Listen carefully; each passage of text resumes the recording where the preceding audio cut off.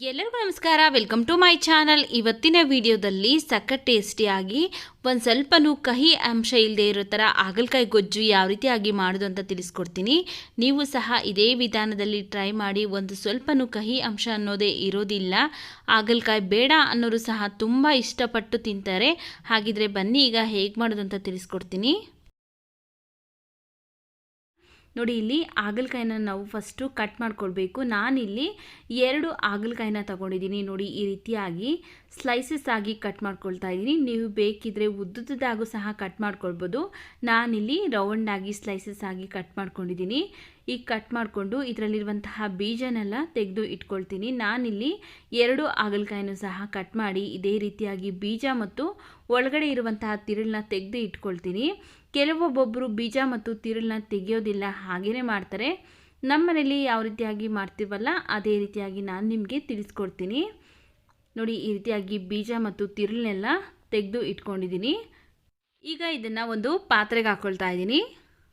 ಪಾತ್ರೆಗೆ ಹಾಕ್ಕೊಂಡಾದ್ಮೇಲೆ ಈಗ ಇದಕ್ಕೆ ನಾನು 1 ಟೇಬಲ್ ಸ್ಪೂನ್ ಆಗೋಷ್ಟು ಉಪ್ಪು ಹಾಕ್ಕೊಳ್ತಾ ಇದ್ದೀನಿ. ಹಾಗೆಯೇ 1/4 ಸ್ಪೂನ್ ಆಗೋಷ್ಟು ಅರಿಶಿನ ಪುಡಿ ಹಾಕ್ಕೊಳ್ತಾ ಇದ್ದೀನಿ.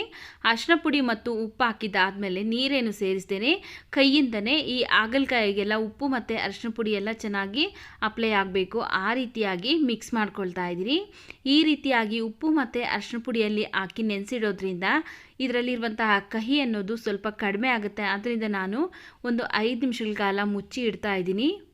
ನೋಡಿ, ಇಲ್ಲಿ ಒಂದು 5 ನಿಮಿಷ ಆದಮೇಲೆ ಓಪನ್ ಮಾಡ್ತಾ ಇದ್ದೀನಿ. ಉಪ್ಪು ಮತ್ತು ಅರಿಶಿನ ಪುಡಿಯಲ್ಲಿ ಚೆನ್ನಾಗಿ ಹಾಗಲಕಾಯಿ ಪೀಸಸ್ ಎಲ್ಲ ನೆಂದಿದೆ. ಈಗ ಇದಕ್ಕೆ ನೀರನ್ನು ಹಾಕ್ಕೊಂಡು ಚೆನ್ನಾಗಿ ವಾಶ್ ಮಾಡ್ಕೊಳ್ಬೇಕು. ಇದರಲ್ಲಿರುವಂತಹ ಕಹಿ ಅಂಶ ಎಲ್ಲ ಹೋಗುತ್ತೆ. ಈ ರೀತಿಯಾಗಿ ಅರಿಶಿನ ಪುಡಿ ಮತ್ತು ಉಪ್ಪು ಹಾಕಿ ಮತ್ತು ನೀರನ್ನು ಹಾಕಿ ನಾವು ತೊಳೆಯೋದ್ರಿಂದ ಈ ನೀರನ್ನೆಲ್ಲ ಚೆಲ್ಲಿ ಮತ್ತೆ 2 ಸರಿ ಬೇರೆ ನೀರನ್ನು ಹಾಕ್ಕೊಂಡು ಈ ರೀತಿ ತೊಳೆದು ಇಟ್ಕೊಂಡಿದ್ದೀನಿ. ಈಗ ಇದನ್ನು ಸೈಡ್ಗಿಟ್ಟು ಸ್ಟವ್ ಮೇಲೆ ಒಂದು ಬಾಣಲೆ ಬಿಸಿಗೆ ಇಟ್ಕೊಂಡಿದ್ದೀನಿ. ಬಾಣಲೆ ಬಿಸಿಗಿಟ್ಟ ನಂತರ ತೊಳೆದಿಟ್ಕೊಂಡಿರುವಂತಹ ಹಾಗಲಕಾಯಿ ಪೀಸ್ಗಳನ್ನ ಹಾಕ್ಕೊಳ್ತಾ ಇದ್ದೀನಿ. ನಾನಿಲ್ಲಿ ಎಣ್ಣೆ ಬಳಸ್ತಾ ಇಲ್ಲ, ಯಾಕಂದರೆ ಹಾಗಲಕಾಯಲ್ಲಿ ನೀರಿನಂಶ ಇದೆ. ಅದರಿಂದ ನಾನು 1 ನಿಮಿಷ ಹಾಗೇ ಫ್ರೈ ಮಾಡ್ಕೊಳ್ತೀನಿ. ಇದರಲ್ಲಿರುವಂತಹ ನೀರಿನಂಶ ಎಲ್ಲ ಕಡಿಮೆ ಆಗಬೇಕು. ಆಮೇಲೆ ನಾನು ಇದಕ್ಕೆ ಎಣ್ಣೆ ಹಾಕ್ಕೊಳ್ತೀನಿ. ನೋಡಿ, ಇಲ್ಲಿ ಇದರಲ್ಲಿರುವಂತಹ ನೀರಿನಂಶ ಎಲ್ಲ ಕಡಿಮೆ ಆದಮೇಲೆ ನಾನಿಲ್ಲಿ 1-2 ಸ್ಪೂನ್ ಆಗೋಷ್ಟು ಎಣ್ಣೆ ಹಾಕ್ಕೊಂಡು ಚೆನ್ನಾಗಿ ಫ್ರೈ ಮಾಡ್ಕೊಳ್ತೀನಿ. ನಾವು ಹಾಗಲಕಾಯಿಗೆ ಎಣ್ಣೆ ಹಾಕಿ ಹುರ್ಕೊಳ್ಳೋದ್ರಿಂದ ಇದರಲ್ಲಿರುವಂತಹ ಕಹಿ ಅಂಶ ಎಲ್ಲ ಮತ್ತಷ್ಟು ಕಡಿಮೆ ಆಗುತ್ತೆ. ನೋಡಿ, ಈ ರೀತಿಯಾಗಿ ಹಾಗಲಕಾಯಿ ಎಲ್ಲ ಲೈಟಾಗಿ ಕಲರ್ ಚೇಂಜ್ ಆಗಿದೆ. ಈ ಹಾಗಲಕಾಯಿ ಎಲ್ಲ ಚೆನ್ನಾಗಿ ಫ್ರೈ ಆಗಿದೆ. ಈಗ ಸ್ಟವ್ನ ಆಫ್ ಮಾಡಿಕೊಂಡು ಇದನ್ನು ಸೈಡ್ಗೆ ಎತ್ತಿಟ್ಕೊಳ್ತೀನಿ. ಮತ್ತೊಂದು ಬಾಣಲಿ ಬಿಸಿಗಿಟ್ಟು ಅದಕ್ಕೆ ನಾನು 3 ಟೇಬಲ್ ಸ್ಪೂನ್ ಆಗೋಷ್ಟು ಕಡಲೆ ಬೀಜನ ಹಾಕ್ಕೊಂಡು ಸ್ಟವ್ ಉರಿನ ಮೀಡಿಯಂ ಫ್ಲೇಮಲ್ಲಿ ಇಟ್ಕೊಂಡು ಚೆನ್ನಾಗಿ ಹುರ್ಕೊಳ್ತೀನಿ. ಇದರಲ್ಲಿರುವಂತಹ ಸಿಪ್ಪೆ ಎಲ್ಲ ಬಿಡಬೇಕು. ಆ ರೀತಿಯಾಗಿ ಫ್ರೈ ಮಾಡ್ಕೊಳ್ತೀನಿ. ನೋಡಿ, ಕಡಲೆ ಬೀಜ ಎಲ್ಲ ಫ್ರೈ ಆಗಿದೆ. ಇದರಲ್ಲಿರುವಂತಹ ಸಿಪ್ಪೆ ಎಲ್ಲ ಬಿಡ್ತಾ ಇದೆ. ಈಗ ಇದಕ್ಕೆ ನಾನು 1 ಗಡ್ಡೆ ಬೆಳ್ಳುಳ್ಳಿನ ಸಿಪ್ಪೆ ತೆಗೆದು ಹಾಕ್ಕೊಳ್ತಾ ಇದ್ದೀನಿ. ಹಾಗೆಯೇ 1/2 ಸ್ಪೂನ್ ಆಗೋಷ್ಟು ಜೀರಿಗೆನ ಹಾಕ್ಕೊಂಡು ಫ್ರೈ ಮಾಡ್ಕೊಳ್ತಾ ಇದ್ದೀನಿ. ನೋಡಿ, ಇಲ್ಲಿ ಜೀರಿಗೆ ಮತ್ತು ಬೆಳ್ಳುಳ್ಳಿ ಎಲ್ಲ ಚೆನ್ನಾಗಿ ಫ್ರೈ ಆಗಿದೆ. ಈಗ ಸ್ಟವ್ನ ಆಫ್ ಮಾಡಿಕೊಂಡು ಇದು ತಣ್ಣಗಾದ್ಮೇಲೆ ಪೌಡ್ರ್ ಮಾಡಿ ಎತ್ತಿಟ್ಕೊಳ್ತೀನಿ. ಮತ್ತೆ ಒಂದು ಬಾಣಲಿ ಸ್ಟವ್ ಮೇಲೆ ಬಿಸಿಗಿಟ್ಟು ಅದಕ್ಕೆ ನಾನು 2 ಸ್ಪೂನ್ ಆಗೋಷ್ಟು ಎಣ್ಣೆ ಹಾಕ್ಕೊಳ್ತಾ ಇದ್ದೀನಿ. ಎಣ್ಣೆ ಬಿಸಿ ಆದಮೇಲೆ 1/2 ಸ್ಪೂನ್ ಆಗೋಷ್ಟು ಸಾಸಿವೆ ಹಾಕ್ಕೊಳ್ತಾ ಇದ್ದೀನಿ. 1 ಸ್ಪೂನ್ ಉದ್ದಿನಬೇಳೆ, 1 ಸ್ಪೂನ್ ಕಡಲೆಬೇಳೆ ಹಾಕ್ಕೊಳ್ತಾ ಇದ್ದೀನಿ. ಸ್ವಲ್ಪ ಹಸಿ ಕರಿಬೇವಿನ ಸೊಪ್ಪನ್ನು ಹಾಕ್ಕೊಂಡು ಇವಿಷ್ಟು ಲೈಟಾಗಿ ಕಲರ್ ಚೇಂಜ್ ಆಗೋವರೆಗೂ ಫ್ರೈ ಮಾಡ್ಕೊಳ್ತೀನಿ. ನೋಡಿ, ಇಲ್ಲಿ ಲೈಟಾಗಿ ಕಲರ್ ಚೇಂಜ್ ಆಗಿದೆ. ಈಗ ಇದಕ್ಕೆ ನಾನು 2 ಗುಂಟೂರು ಮೆಣಸಿನಕಾಯಿನ ಹಾಕ್ಕೊಂಡು ಫ್ರೈ ಮಾಡ್ಕೊಳ್ತಾ ಇದ್ದೀನಿ.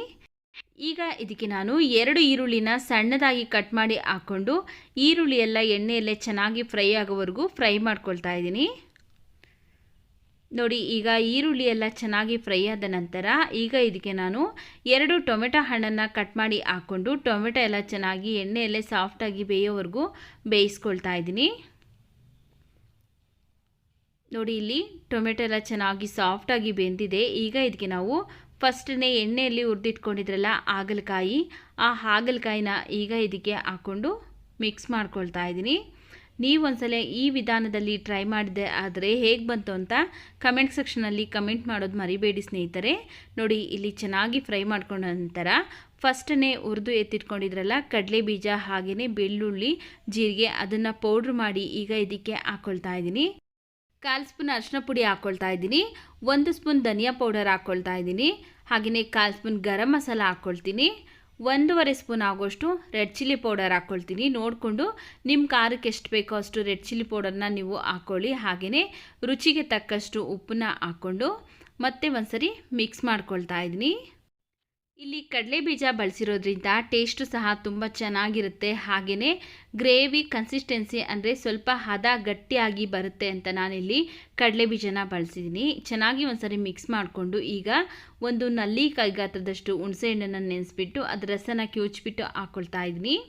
ನಾವಿಲ್ಲಿ ಹುಣಸೆಹಣ್ಣು ಹಾಕ್ಕೊಳ್ಬೇಕು, ಹಾಗೆಯೇ ಟೊಮೆಟೊನೂ ಹಾಕ್ಕೊಳ್ಬೇಕು. ಯಾಕಂದರೆ ಹಾಗಲಕಾಯಲ್ಲಿರುವಂತಹ ಕಹಿ ಅಂಶ ಎಲ್ಲ ಹೋಗಬೇಕು ಅಂದರೆ ನಾನಿಲ್ಲಿ ಯಾವ್ಯಾವ ಪದಾರ್ಥಗಳನ್ನೆಲ್ಲ ಬಳಸಿದ್ದೀನಲ್ಲ, ನೀವು ಸಹ ಅದೇ ಪದಾರ್ಥಗಳನ್ನ ಬಳಸಬೇಕು. ನೋಡಿ, ಹುಣಸೆಹಣ್ಣನ್ನು ಹಾಕ್ಕೊಂಡಾದ್ಮೇಲೆ ಚೆನ್ನಾಗಿ ಒಂದ್ಸರಿ ಮಿಕ್ಸ್ ಮಾಡಿ ಈಗ ಇದಕ್ಕೆ ನಾನು ನೀರನ್ನು ಹಾಕ್ಕೊಳ್ತಾ ಇದ್ದೀನಿ. ನೋಡ್ಕೊಳ್ಳಿ, ನಿಮಗೆ ಹಾಗಲಕಾಯಿ ಗೊಜ್ಜು ಅನ್ನೋದು ಯಾವ ಕನ್ಸಿಸ್ಟೆನ್ಸಿಗೆ ಬೇಕಾಗುತ್ತಲ್ಲ ಆ ಕನ್ಸಿಸ್ಟೆನ್ಸಿಗೆ ನೀವು ನೋಡಿಕೊಂಡು ನೀರನ್ನು ಸೇರಿಸ್ಕೊಂಡು ಅಡ್ಜಸ್ಟ್ ಮಾಡ್ಕೊಳ್ಳಿ. ಈಗ ಇದಕ್ಕೆ ನಾನು 1.5 ಸ್ಪೂನ್ ಆಗೋಷ್ಟು ಬೆಲ್ಲ ಹಾಕ್ಕೊಳ್ತಾ ಇದ್ದೀನಿ. ಬೆಲ್ಲ ಹಾಕೋದ್ರಿಂದ ಇನ್ನಷ್ಟು ಕಹಿ ಅಂಶ ಅನ್ನೋದು ಕಡಿಮೆ ಆಗುತ್ತೆ. ಅಕಸ್ಮಾತ್ ಬೆಲ್ಲ ಬೇಡ ಅನ್ನೋರು ಸ್ಕಿಪ್ ಮಾಡ್ಕೊಳ್ಬೋದು. ಬೆಲ್ಲ ಹಾಕಿ ಮತ್ತೆ ಒಂದ್ಸರಿ ಮಿಕ್ಸ್ ಮಾಡಿ ಈಗ ಲಿಡ್ನ ಕ್ಲೋಸ್ ಮಾಡಿ ಚೆನ್ನಾಗಿ ಒಂದು 3 ರಿಂದ 4 ನಿಮಿಷ ಕುದಿಸ್ಕೊಳ್ಬೇಕು. ಹಾಗಲಕಾಯಿ ಪೀಸ್ಗಳೆಲ್ಲ ಈ ಮಸಾಲೆಯಲ್ಲೇ ಚೆನ್ನಾಗಿ ಬೇಯಬೇಕು. ನೋಡಿ, ಈಗ ಒಂದು 3 ರಿಂದ 4 ನಿಮಿಷ ಆಗಿದೆ. ಓಪನ್ ಮಾಡಿ ತೋರಿಸ್ತಾ ಇದ್ದೀನಿ. ಹಾಗಲಕಾಯಿ ಎಲ್ಲ ಚೆನ್ನಾಗಿ ಬೆಂದಿದೆ. ಹಾಗೆಯೇ ಗ್ರೇವಿನೂ ಸಹ ಕರೆಕ್ಟಾಗಿ ಕನ್ಸಿಸ್ಟೆನ್ಸಿಲಿದೆ. ನಾನಿಲ್ಲಿ ಚಪಾತಿ ಹಾಗೆಯೇ ಅನ್ನ ಎರಡಕ್ಕೂ ಸಹ ಮಾಡ್ತಾಯಿದ್ದೀನಿ. ಆದ್ದರಿಂದ ನಾನಿಲ್ಲಿ ಅದಕ್ಕೆ ಮಾಡ್ಕೊಂಡಿದ್ದೀನಿ. ಲಾಸ್ಟಲ್ಲಿ ಸಣ್ಣದಾಗಿ ಕಟ್ ಮಾಡಿರುವಂತಹ ಕೊತ್ತಂಬರಿ ಸೊಪ್ಪನ್ನ ಹಾಕ್ಕೊಂಡು ಚೆನ್ನಾಗಿ ಒಂದ್ಸರಿ ಮಿಕ್ಸ್ ಮಾಡಿ ಸ್ಟವ್ನ ಆಫ್ ಮಾಡ್ಕೊಳ್ತಾ ಇದ್ದೀನಿ. ನಿಮಗೇನಾದರೂ ಸ್ವಲ್ಪ ಗಟ್ಟಿ ಆಯಿತು ಅನಿಸಿದ್ರೆ ಒಂದು ಸ್ವಲ್ಪ ನೀರನ್ನು ಹಾಕ್ಕೊಂಡು ನೀವು ಕುದಿಸ್ಕೊಳ್ಬೋದು. ನೋಡಿದ್ರಲ್ಲ ಯಾವ ರೀತಿಯಾಗಿ ತುಂಬ ಸುಲಭವಾಗಿ ಕಹಿ ಇಲ್ಲದೆ ಹಾಗಲಕಾಯಿ ಗೊಜ್ಜು ಯಾವ ರೀತಿ ಮಾಡೋದು ಅಂತ. ವಿಡಿಯೋ ನಿಮಗೆ ಇಷ್ಟವಾಗಿದೆ ಅನಿಸಿದ್ರೆ ವಿಡಿಯೋಗೊಂದು ಲೈಕ್ ಮಾಡಿ, ಈ ವಿಡಿಯೋವನ್ನು ಶೇರ್ ಮಾಡಿ. ನಮ್ಮ ಚಾನಲ್ಗೆ ನೀವಿನ್ನೂ ಸಬ್ಸ್ಕ್ರೈಬ್ ಮಾಡ್ಕೊಳ್ಳದೆ ನೋಡ್ತಾ ಇದ್ದರೆ ಪ್ಲೀಸ್ ನಮ್ಮ ಚಾನಲ್ಗೆ ಸಬ್ಸ್ಕ್ರೈಬ್ ಮಾಡಿಕೊಂಡು ಸಪೋರ್ಟ್ ಮಾಡಿ ಸ್ನೇಹಿತರೆ. ಮುಂದೆ ಒಂದೊಳ್ಳೆ ವಿಡಿಯೋದೊಂದಿಗೆ ಭೇಟಿಯಾಗೋಣ. ಅಲ್ಲಿವರೆಗೂ ವಿಡಿಯೋ ನೋಡಿದ್ದಕ್ಕಾಗಿ ಧನ್ಯವಾದಗಳು.